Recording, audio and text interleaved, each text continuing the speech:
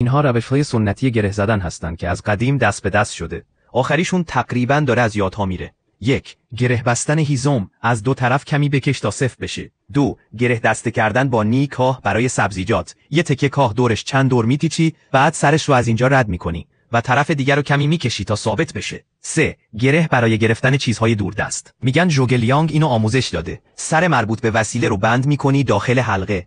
جای تناب رو تنظیم میکنی، بعد دو سر رو میگیری و میتونی راحت چیزی رو بالا بیاری. 4. یه گرهی که مادر بزرگم بهم یاد داد. میگفت اگه این روش رو یاد بگیری، هر چیزی هم میتونیش ببندی. هر شیشه یا ظرفی رو میشه باهاش حمل کرد. 5. گره پایبندی که عمویم یاد داده. چه برای پارچه باشه، چه برای میخ چادر، با کشیدن محکمتر میشه و محکم میسته. 6. گره پیچه گرفتن که خالم بلد بوده. تو زمستون دور دسته دوچرخه میبست برای گرم نگه داشتن و جلوگیری از لیز خوردن. برای دسته‌های لیز یا کوچک خونه هم خیلی کاربردیه. نکته عملی و خوبیه. 7. برای بستن کیسه‌های کوتاه، اگه دهانه کیسه کوتاه بستن سخته، کیسه رو بذار روی تناب رو دور کیسه بپیچ و یه حلقه بساز. تناب رو سفت کن و پایین بکش. کیسه خودش خوب بسته میشه. 8. گره جمع کردن ابزار از پدر بزرگم. تناب رو چند تا حلقه میکشی، دو سر رو از هم رد میکنی، سفت میکنی و آویزون میکنی. مرتب و جاگیر نیست.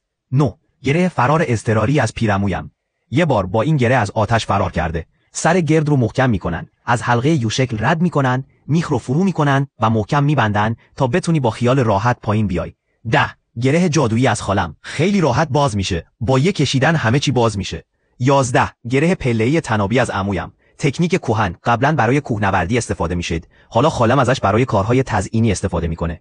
12. گره جا کلیدی از یه عموی دیگه. میگه این مهارت داره از بین میره. طبق قاعده فشار یکی بالا بودن یکی، بافت انجام میشه. گره کروی حاصل پروسه بعدی میافته. هر بافتش حکایت از دانایی اجداد داره.